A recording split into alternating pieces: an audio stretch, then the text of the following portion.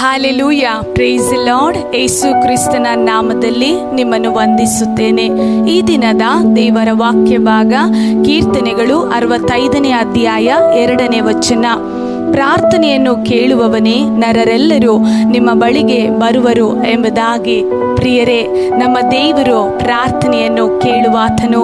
ನಮ್ಮ ದೇವರು ಪ್ರಾರ್ಥನೆಯನ್ನು ಆಲಿಸುವಂತಹ ದೇವರು ನಮ್ಮ ದೇವರಾಗಿದ್ದಾರೆ.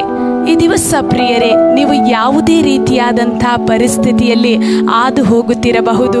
ನೀವೊಂದು ವೇಳೆ ಕಷ್ಟದಲ್ಲಿ ಹಾದು ಹೋಗುತ್ತಿರಬಹುದು, ದುಃಖದಲ್ಲಿ ಹಾದು ಹೋಗುತ್ತಿರಬಹುದು, ವೇದನೆಯಲ್ಲಿ ನೀವು ಹಾದು ಹೋಗುತ್ತಾ ಇರಬಹುದು. ಪ್ರಿಯರೇ, ಇಕ್ಕಟ್ಟುಗಳಲ್ಲಿ ನೀವು ಹಾದು ಹೋಗುತ್ತಾ ಇರಬಹುದು.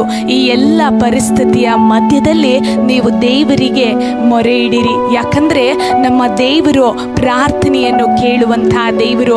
ನೀವು ಎಲ್ಲ ಪರಿಸ್ಥಿತಿಯ ಮಧ್ಯದಲ್ಲಿ ದೇವರಿಗೆ ಮೊರೆ ಇಡುವಾಗ ದೇವರು ನಿಮ್ಮ ಪ್ರಾರ್ಥನೆಯನ್ನು ಕೇಳುತ್ತಾರೆ, ನಿಮಗೆ ಉತ್ತರಿಸುತ್ತಾರೆ. ಪ್ರಿಯರೇ, ನಾವು ನೋಡುತ್ತೇವೆ ದೇವರ ವಾಕ್ಯದಲ್ಲಿ, ಹನ್ನಳು ಅವಳಿಗೆ ಮಗು ಇರಲಿಲ್ಲ.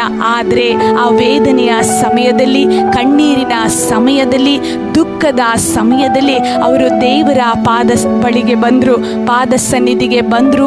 ದೇವರ ಬಳಿಯಲ್ಲಿ ಕಣ್ಣೀರಿನೊಡನೆ ಅವರು ಪ್ರಾರ್ಥಿಸಿದರು.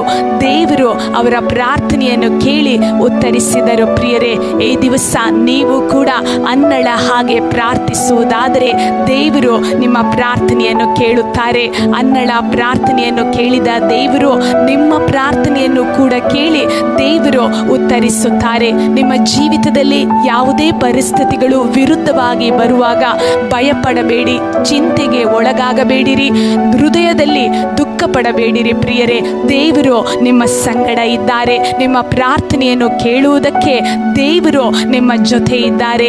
ಯಾವುದೇ ವಿಷಯಕ್ಕೂ ಕಳವಳಗೊಳ್ಳಬೇಡಿರಿ. ನಿಮ್ಮನ್ನು ಯಾರೇ ಕೈ ಬಿಟ್ಟಿರಬಹುದು, ಆದರೆ ದೇವರು ನಿಮ್ಮ ಸಂಗಡ ಇದ್ದಾರೆ. ಅವರು ನಿಮ್ಮ ಕೈ ಹಿಡಿದು ನಡೆಸುತ್ತಾರೆ.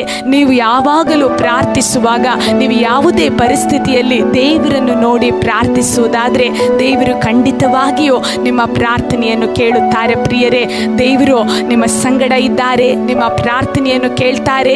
ನಿಮ್ಮ ಎಲ್ಲ ಪ್ರಾರ್ಥನೆಗಳನ್ನು ಕೇಳಿ ದೇವರು ಉತ್ತರಿಸ್ತಾರೆ. ದೇವರು ನಿಮ್ಮನ್ನು ಆಶೀರ್ವಾದಿಸಲಿ. ಯೇಸು ಕ್ರಿಸ್ತನ ನಾಮದಲ್ಲಿ ಆಮೇನ್.